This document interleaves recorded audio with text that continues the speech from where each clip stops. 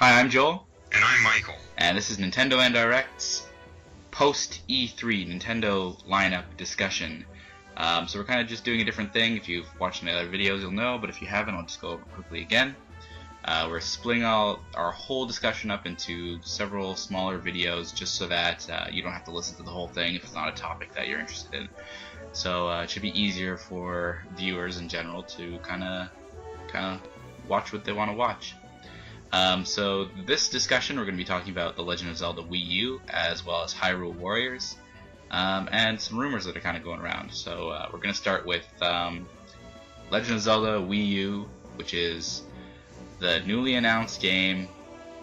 It's a main franchise title, and it's also just crazy. Basically, it's breaking all conventions for Zelda games, the biggest of which is it features an immense open world. So I'm actually really kind of excited to see what they do with this kind of thing. Yeah, what's really gonna count is to see, if they live up to the ambition they've set forth, because, I think it's fair to say that a lot of Zelda games, they're good, but they're not as ambitious as they could be.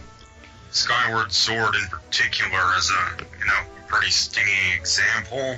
I disagree with you on that, because I love the stories in a ton of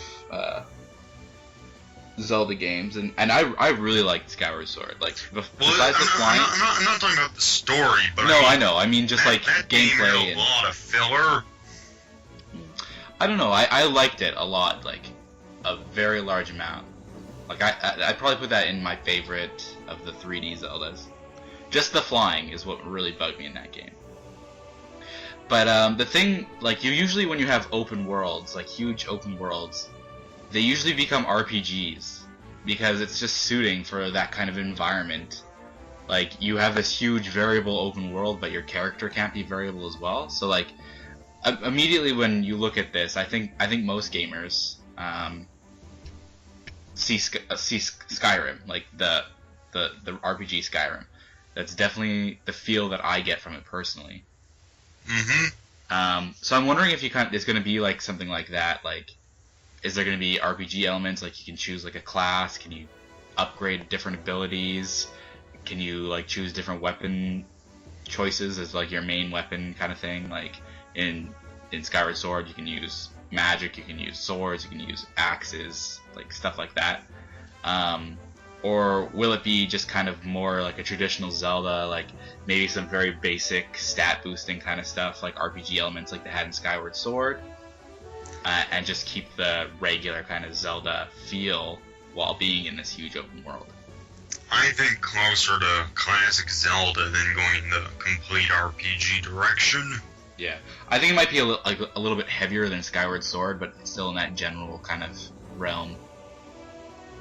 Maybe upgrading items, choosing how you want it to work. Well, I think item upgrades is pretty much going to be, a core part of the series now. They introduced it in Skyward Sword, and A Link Between Worlds kept it going, so... Yeah. I'm also really excited. I'm curious to see if they'll have, since it's an open world, it's harder to get the items you want, right?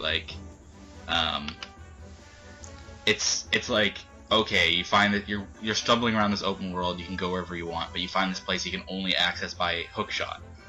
So I'm wondering if you'll be able to buy some easier items to find, hookshot, boomerang, if you'll be able to buy those at a shop. But sometimes you'll have to go on these huge quests, it's okay, I found this place, I have the hookshot, so now I have to find this dungeon to get somewhere, or maybe it'll give you a map marker and it's oh, go talk to this person to find out information about the hookshot or something like that. That'd definitely be more fun. A Link Between Worlds is pretty good, but getting all your items from Ravio, yeah, it's kind of boring. During a Link Between Worlds, I had all the items from that game in the first time because I hoard rupees, so yeah. I had all these items, and then it's easier, so you don't die. Well, I never died, and you just keep all your items. So I never even had to even get them back. Maybe once I died, and it was just like really easy. Like it didn't really have any difficulty, right? Yeah. And I actually really like the getting items from a dungeon kind of thing, because it's like a reward for going into that dungeon. It's like, oh, you were brave enough to venture in here. Here's this sweet new item. The big issue though is that, you know, there are items that you use them in that dungeon and then you never touch them again. Yeah, which like that spinner from Twilight Princess, which was awesome. I love that. That was like that was definitely the best item in that game. But outside of like a few simple puzzles outside of that dungeon, you never used it. Yeah.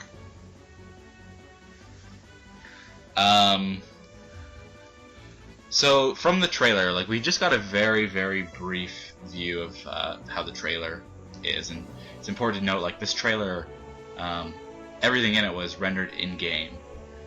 So that's what the final game looked like, more or less. But I think this trailer is a little bit more over ambitious than what we'll see, because like you see like it has like these cool cloud effects, it has like these cool light effects, as well as like the grass is like really responsive to things and stuff like that, and it's all these like little tiny details. But I'm not really convinced that we'll see that in the final game, especially if it is this huge open world.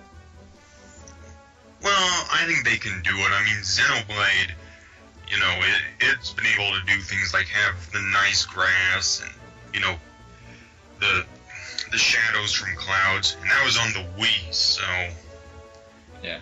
I don't think it's out of line to expect that for this game. Maybe I'm just skeptical. And I mean, I imagine that, you know, this game's gonna have a massive development team by Nintendo standards. Probably. I mean, I wouldn't be surprised if people at Monolith Soft Tokyo even were working on this game. Bring up big guns. Yeah. The only thing I'm really worried about with this though is that with like a huge open world game, like since so many things can happen, there's all sorts of little scripting bugs that can happen, and like I'm not so much worried about it with Nintendo, because they usually like to put their games out like perfect. Like very rarely are there bugs. Like here and there might be a couple, and then they're fixed like immediately. So it's kind of like something that happens with open world games, but I'm not as worried as if it was a game coming out from like a third-party developer studio. Well, Super Mario Club is, you know, they're really good at debugging games, so I'm prepared to give them, you know, the benefit of the doubt. Yeah. I hope like people will look at this if it is an open world game, because I've read a lot of excuses, because I have a lot of complaints about some Bethesda RPGs, and people will always defend the game. Like they're like, oh, like it's not a big deal that this bug happens because the script is so big. So hopefully, if Zelda has like that same feel, even bigger maybe, that you'd be able to look at that and be like, this game has no bugs, so why is this game, like, why is it appropriate for this game to have bugs? So I'm just kind of expecting that. Well, I'm sure there'll be, you know, one or two small things, but for the most part, I think it'll be pretty good. Yeah. So, any other comments about Zelda Wii U? I really like the art direction that they've shown so far. For me, I find it's a very nice cross between the Ocarina style and Wind Waker. Yeah, like it's more like serious, but like still has like that soft appearance. Yeah. Yeah, I can agree with that. And the character models too look really good in this. Yeah, I like that one enemy, like that boss. I think it's a boss because it's like huge like that, right? Yeah. I want to see like the other kind of enemies that they have in this game, like kind of more generic enemies. Like, are they going to take more of like a Skyward Sword appearance with like Lizalfos or like Stalfos and stuff like that, or is it going to be like something just completely different? Like, what style is it going to look like the most? You know, like if they have like a Bokoblin, Balbin, Moblin type enemy, like is it going to be closer to like Wind Waker Bokoblins or like Skyward Sword Bokoblins, which are like completely different, or is it going to be like Twilight Princess's ball bins. They could even be something completely new. There you go. Maybe all the enemies in this game will be like weird, ancient statue mechanical creatures. Yeah, I think that might be going a little too far. It's like an ancient slumbering army of robots was awakened. Yeah. No, not on that one. No. Not on that train. Well, we'll see. Like, obviously, like, more stuff will come out. It's not being released till 2015, so we've got quite a bit of a wait, I guess. Probably, I think it'd be late 2015. Oh yeah, I have no doubt this is going to be their Christmas game for next year. Yeah, which is kind of sad because it looks really good. Maybe next year at E3 they'll have a playable demo that time. So. Well, I'm sure we're not even going to see it until E3 next year. Yeah. Although maybe Hyrule Warriors will come packaged with a special trailer. Maybe. That'd actually be pretty cool. And it's not, like, unheard of. I think Hyrule Warriors will pretty much tide everybody over for Zelda games. And you never know, they might even have, like, a smaller Zelda game for a 3DS or something in development. Hush hush. Well, I mean, we've had a lot of Zelda the past year with the Wind Waker remake and A Link Between Worlds. I think Hyrule Warriors is more than sufficient to hold people over, spin-off or not. Well, we'll talk more about that at the end. So coming up, we have Hyrule Warriors. So at E3, they showed off quite a bit of information regarding Hyrule Warriors. We've got 2 new confirmed characters. So we have Midna and Zelda. Also, at the end of the teaser trailer, they hinted towards Ganondorf. So that was pretty cool. He just kind of like showed up and he was like. So, does that mean he's playable? No, but it definitely means he's in the game at some capacity. It would be extremely disappointing if he wasn't playable in this game. Yeah. I mean, what's the point of having a Warriors game set in the Zelda universe if you don't bring out the big guns? Yeah, you never know. I mean that'd be like having Zelda only as an NPC. Yeah, that would have actually... In a Warriors game, yeah, of course. Like this would be like kind of really strange. But what do you think about Midna and Zelda? Both look really good. I mean Midna, she pretty much looks like her Twilight Princess version in HD. Moveset wise though, she definitely looks very fun to play as, and really not like any other Warriors character I'm familiar with. So. Oh, really? It's like a whole new character archetype for you? Well, like her moveset specifically, yeah. I mean, I haven't played a lot of Warriors games, but I haven't seen the one who fights like her. Yeah. There's mounted characters in the Warriors franchise, isn't there? Well, in Warriors, anyone can ride a horse. It's like an equipable item. So I wonder if they'll have that in Hyrule Warriors, and how would Midna handle that?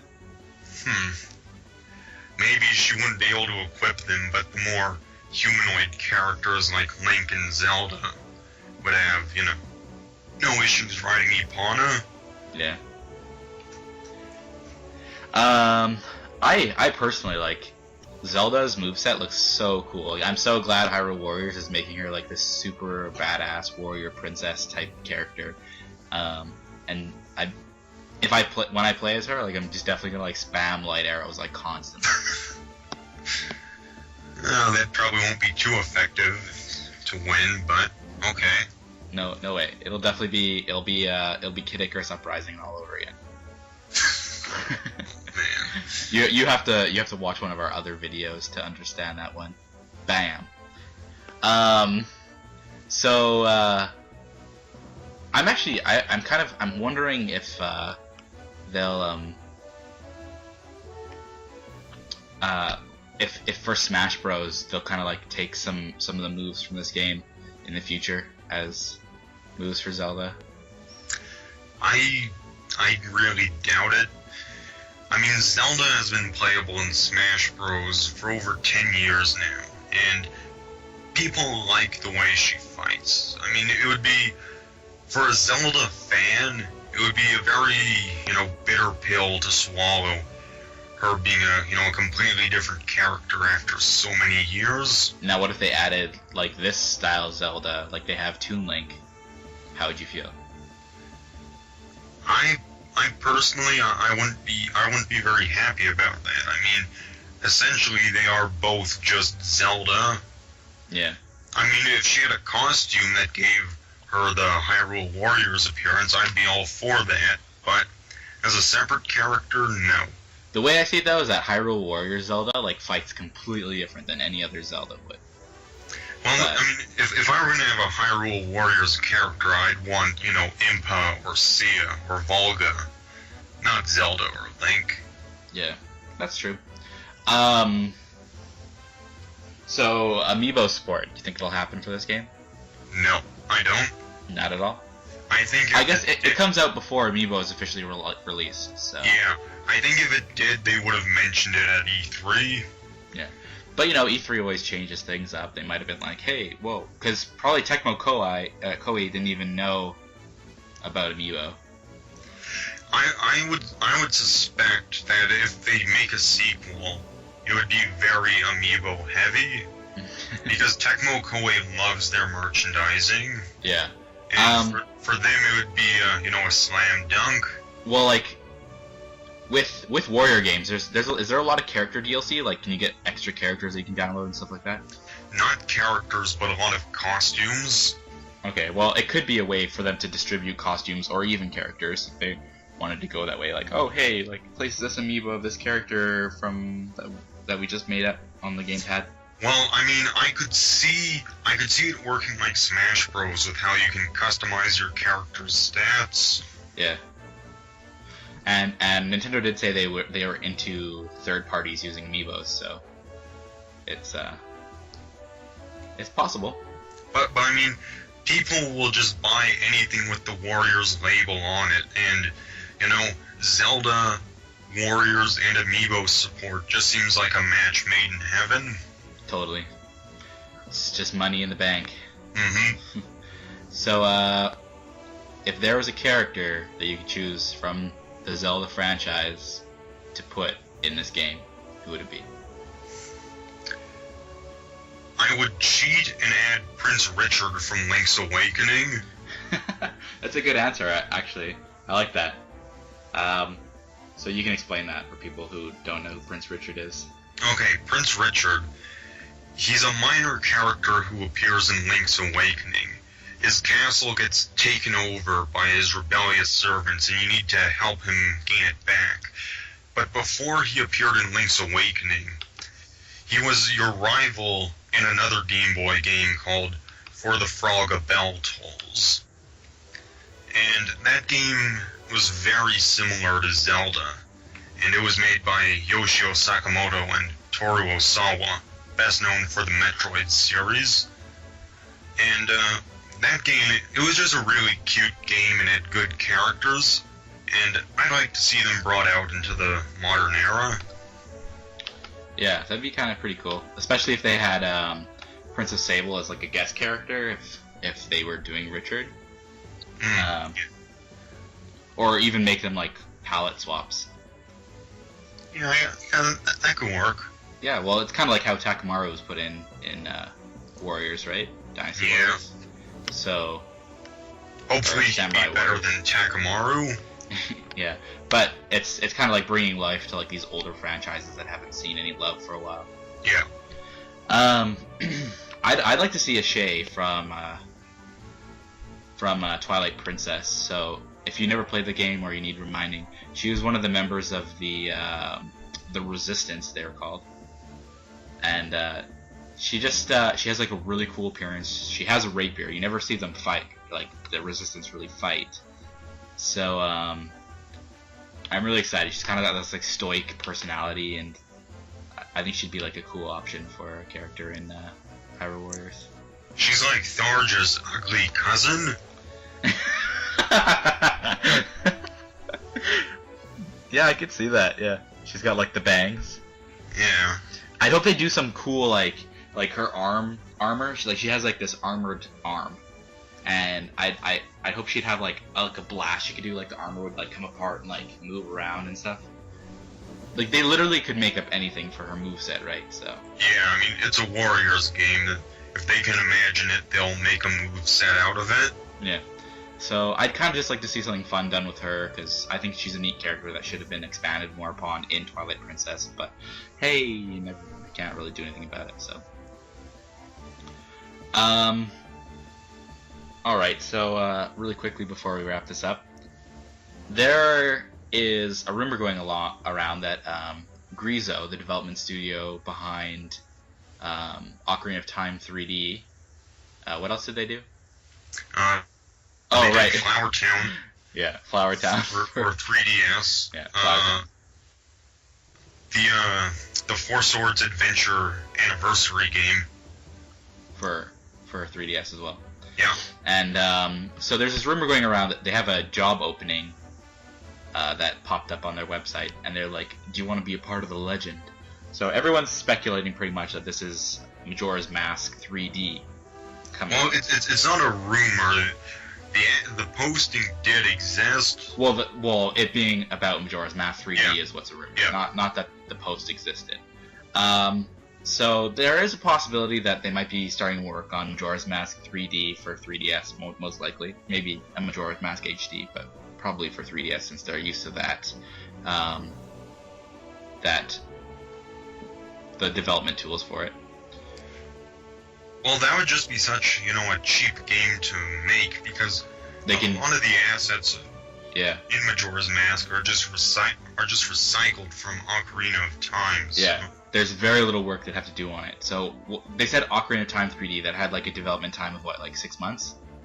Or no, that was Wind Waker HD. Yeah, that was Wind Waker.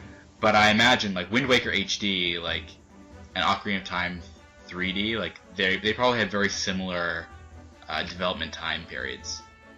So we could be getting Hyrule Warriors, and this is what I was saying earlier when we'd come back to it. Is we were like, oh, Hyrule Warriors will be enough Zelda. So I could technically see us getting a Majora Mask 3D remake in the summer if that is what they're working on, especially if it's only 6 months. Like even winter this year, we could be getting it if they started it right today. Preferably, I would want it to come out next year because I don't want to have, a Majora's Mask remake just kill the sales for Hyrule Warriors. Yeah, but you could say, like, okay, say Hyrule Warriors comes out September. It's a pretty niche game. Like, if you don't like Warriors... But, I mean, give it Christmas to itself. Hyrule Warriors? Yeah. Yeah, but I don't know. I think Toad Treasure Tracker is going to be taking up most of Christmas sales, too. Well, no, but I mean, for Zelda specifically, let Hyrule Warriors have Christmas. Well, even then, Majora's Mask can wait for next year. They could release it as an early Q1 game for 2015. So we're talking like March, and then they have that whole development time. You've got that to tide you over until E3. Get some Zelda Wii U news, and then Christmas that year, Zelda Wii U releases. Bam, wham, thank you, ma'am. Yeah, that'd be pretty good. The big thing about Majora's Mask, though, is that I just find the attitude around that game just so disappointing. What do you mean? Well, I mean, last week when they were having the round table for Codename Steam, before they announced what it was, well, not everyone, a lot of people were saying, Majora's Mask 3D is gonna be announced. It's gotta be Majora's Mask. Oh, for the 3DS game roundtable? Yeah. Then it wasn't, and pretty much, and a lot of those people were so upset, and they just wrote the game off then and there. So just because it wasn't Zelda. That's brutal. Like, I feel bad for the development team working on Steam. And not even a new Zelda, but a remake of a Zelda game. Yeah, Zelda fans want what they want.